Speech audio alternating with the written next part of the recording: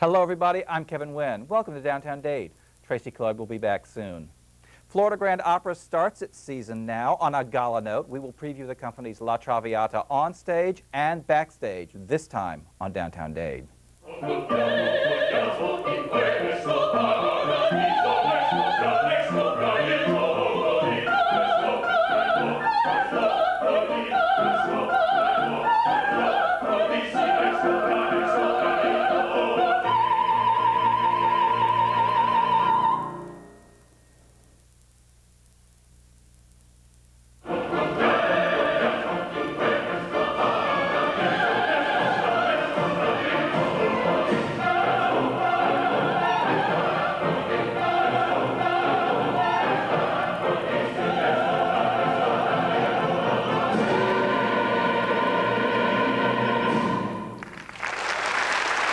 Welcome back. It is a story of Paris and parties and passion and ultimately tragedy. It is Verdi's La Traviata, and it is the gala beginning of what promises to be a truly grand season from Florida Grand Opera. Renata Scotto is not merely one of the greatest voices of our time, she is also an internationally distinguished director of opera, and she is directing La Traviata for Florida Grand Opera. Fans all over South Florida know Justin Moss is the man who puts the grand in Grand Opera. He's here to do that today, and Renata is also here to tell us about La Traviata, Florida Grand Opera's season opener. Welcome to Downtown Dade.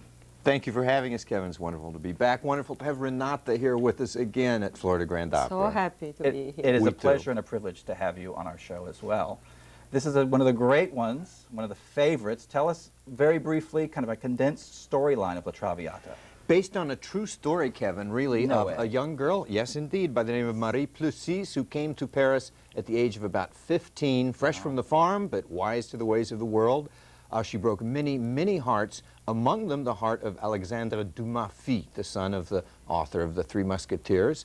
And he fictionalized an account of his relationship with this girl. It was very popular. He then made it into a play. We believe Verdi probably saw this play and thought, what an opera this would be.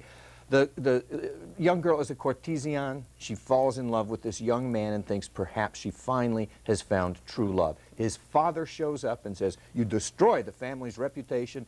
His young sister never can marry because of the compromise you've made of my son living with you. You must give him up. She says no. He beats her down and browbeats her until finally, with great sorrow, she agrees she will give up this young man on one condition. That one day, she sings, conosci il sacrificio, let him know the sacrifice that I have made. Of course, she grows sick, she begins to die, and finally the father has let the son know of the great sacrifice she's made. He rushes to be with her, but of course it's too late, and they're only together really for the last moments of her life. Very, very heartbreaking, but wonderful operatic story. Let's meet Violetta here. Here's a clip.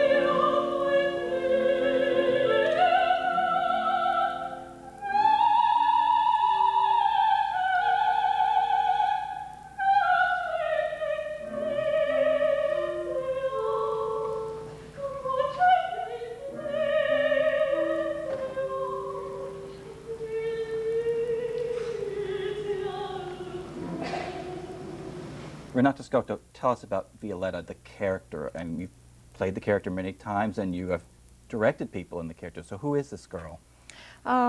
She's a wonderful girl, full of life, for what concerns a kind of life.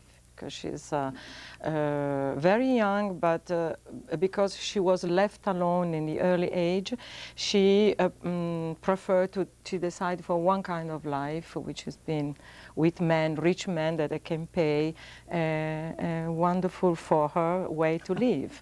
So she becomes a lover of a rich barone, and who gives her a beautiful house. But unfortunately, she's ill. She has consumption. Tuberculosis. The tuberculosis, but the story is very romantic if you think on that period of 19th century. Well, something that occurs to me, it's kind of an old-fashioned story because she can't marry into this family because of social class Yeah, and things like that. yes, yes. As a matter of fact, I think that this is really symbol of a society of that period. We have Violetta that belonged to a certain circle of women, and then there is a society of bourgeois people. They live outside the city, they grow up with a certain education, and then it's a symbol of another society. And those societies, they can never meet, they can never go together. So when this girl has opportunity to meet a young, good family boy, she has no chance. She cannot go because the father said, no, you belong to another society, and this is the good society. What is good, I don't know, because she's a wonderful person, and she needs a chance. Her personality, her spirit. Yeah, exactly. She needs the chance to live her life that gives nothing, and especially she's a great person inside, and she knows that she wants to be in love with the right man. And she has the chance, but society rejected her. Says no, and that's the tragedy. The tragedy is that she's going to die for this reason. Why she could have really lived very well with the right man. But this is telling about her character, Renata, because at this terrible confrontation with the father of her lover, she really does what she believes to be the right thing, to save his reputation and to give him up to save the family. For this reason, Violetta in the opera, from the first act to the second act, she's completely different, and in the opera she's subliming her character. She becomes really the heroine. Mm-hmm. She does. Because she gives up her life for another. Mm-hmm. And I think it's a great human being. And you can see in the opera, in the music, in the words, and I think that probably one of the most important phrases in the entire opera is "Amami Alfredo," when she decides to leave him, and she says, "Please remember that I loved you. I love you so much, and please always try to love me even if I'm not there." And so the sacrifice of leaving him and makes her, wow, go in heaven. Let's meet the lovers in La Traviata.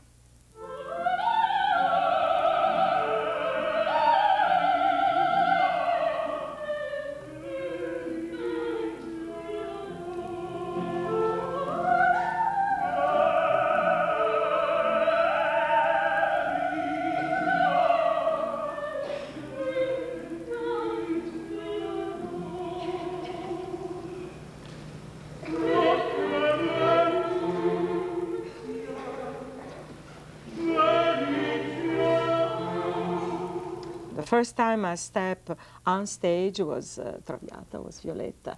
And I was the right age because I was the age of Violetta. 18? I was 18. Wow. Maybe too young to be Too singing young. Violetta. Wow. I would never advise a young singer to go on stage at 18 years old to sing Violetta. Did your concept of the character change over the years that you sang it?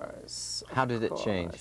Changed a lot because when I did the first time Violetta, I was really the new opera singer. Then everybody was telling me what to do, and I had to follow some other singers' tradition, some other singers. I was influenced by everyone. And then slowly, I got my own personality and studying the score deeply and deeply to understand the libretto, to understand the period, to understand Verdi through other operas that I sang, because I sang 12 or 13 Verdi's opera. And so I understand his style, I understand his period. And so I developed the character. Fascinating insights into the characters. We will go backstage at Florida Grand Opera when Downtown Dade returns.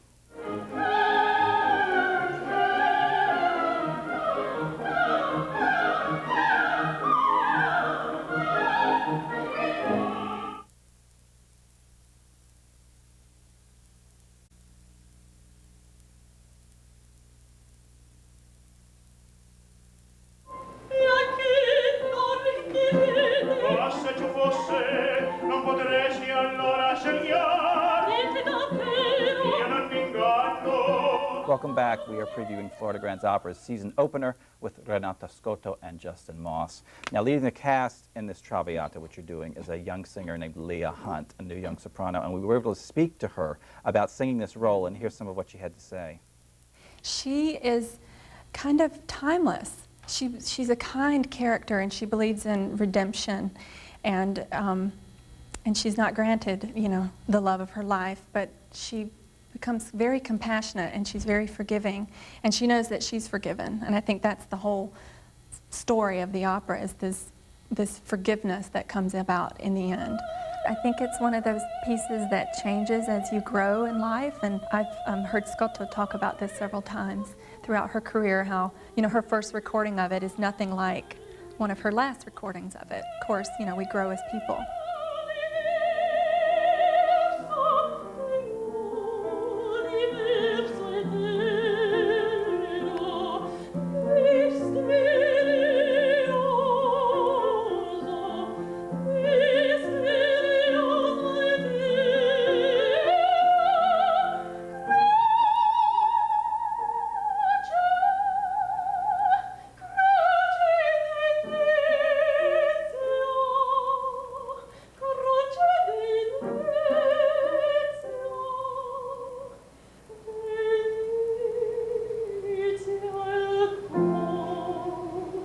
Act one is so much fun because I'm having a party. I've been sick and I'm back in society. So this first act party is, you know, hi, I'm here. And the Act 1 aria, Sempre Libera, is one of my most favorite things to sing. Very challenging, but such a, you know, a great piece of music. It's really a lot of fun.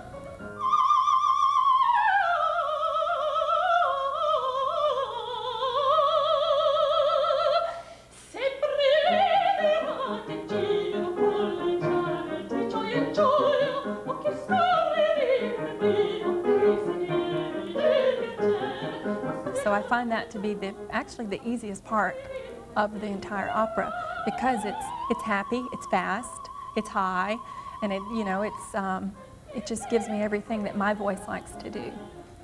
I'm very lucky. Renata Scotto, you were talking to us about when you were a young singer, and Leah Hunt is quite a young singer. Yes. She's in her early 20s, I guess.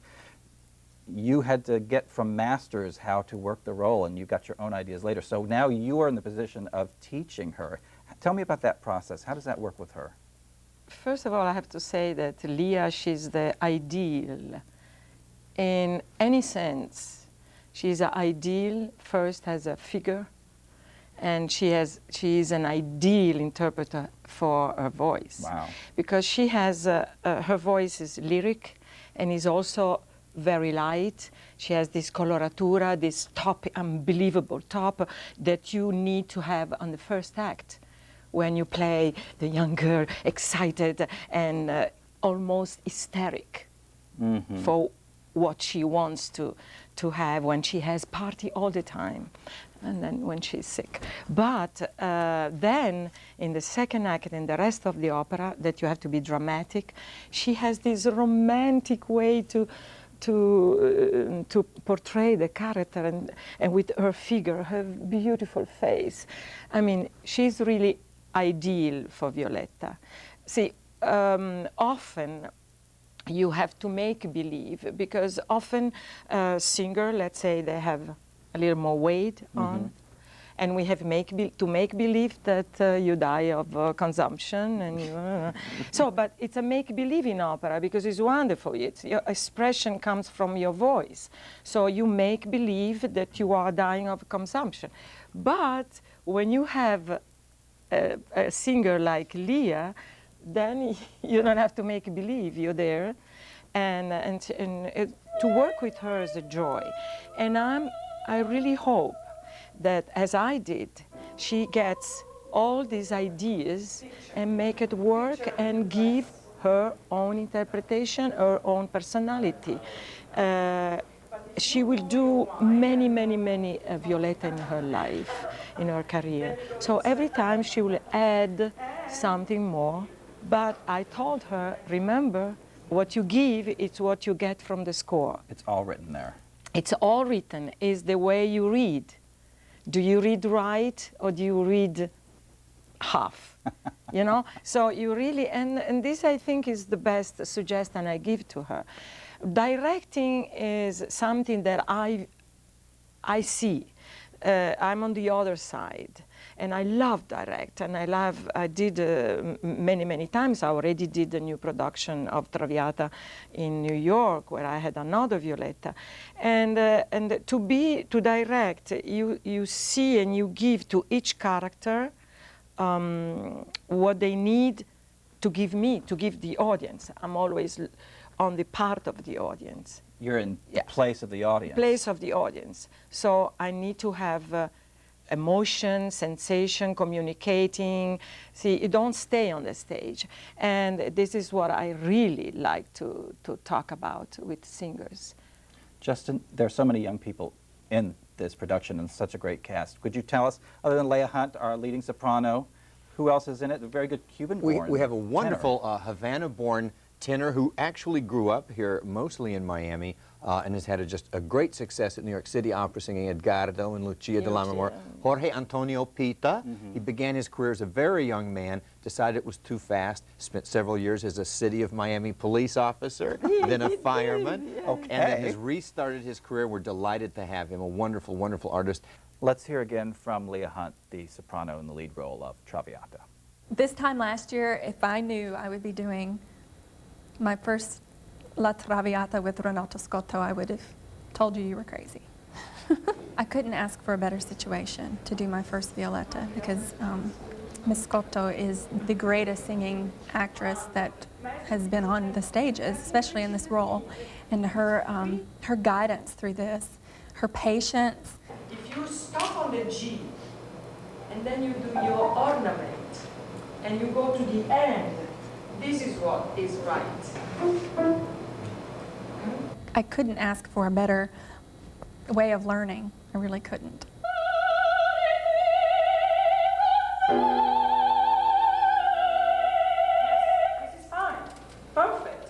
And the pitch is perfect. And I would just like to say, at the rehearsal the other afternoon, Leah Hunt finished the Sempre Libera, which is one of the most difficult arias. It's a real exercise for a soprano. And it was absolutely breathtaking. And I was standing at the side of the rehearsal next to Lorenzo Anselmi, Renata's wonderful husband of how many years now? 43. 43. You were children when you were married.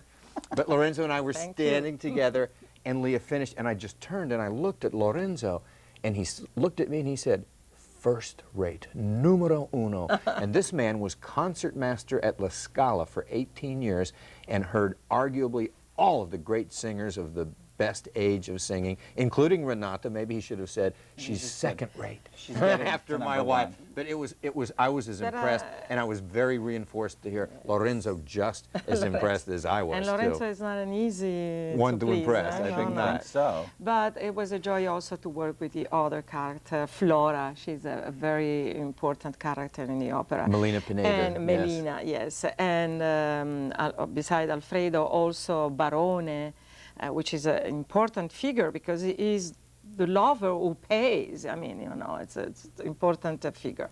Then the father. speaking of young people, I had the privilege of sitting in on a rehearsal with the company, and, you know, I've reached a certain age now, and I'm looking at these people singing this opera, and I'm saying, there are a bunch of kids in here, such young people. And I wonder how you feel when you see these young people and the art is renewing itself through these young people. I think that it's a joy to work with young people because they're there. They say, what do I do? You know, when you work with people that already know what they want to do, sometimes it's a little difficult because you say, you know, that gesture I don't think is right for that moment. I say, oh, but I like, and I want to do it. I say, yes, you can do it, but what about this way? And then you convince. But when they young, like here in the Young Artists program that is so fresh and so new they say, what do I do? And then you suggest them. And some of them are really talented. They pick immediately, like Leah. Leah, she's born to be on stage. And there you have a joy to work with young artists. And I remember myself that I was always listening. I picked this from one, from the other. And then I got inside of me and I said, okay, should I do this? Should I do that? I like that, I don't like this. And you grow, and you grow. And I mean, of course, my career was 50 years long. And in 50 years, you have a chance really still to... continuing, we should note, very vibrant. As a director, yes, and as a teacher, not as a singer anymore, because I think that you have to decide the moment that people have to remember the best way as a singer. But I have so much to give to the theater, as a director, as a teacher, as a show the experience and share. That it's a joy. But we still love to hear you sing at rehearsals, Renata, and she does. Okay. That's a great No, privilege I for mean, people It is. who are part of the a company. great honor. But I couldn't sing Traviata today, so... You could know? give it a run for its money, my dear. You could. Thank you so much for joining us. Thank you. If you call 1-800-741-1010, you can reach Florida Grand Opera or go to fgo.org. The dates for La Traviata have been up on the screen during the interview. It's also playing in Broward in early December, so you want to take a look at that. It is a stupendous production, a marvelous production. Our time is short. In fact, it's over. We will leave you with this reminder to find out what's up in the arts. You have got to go downtown. I'm Kevin Wynn. Tracy and I will see you again soon.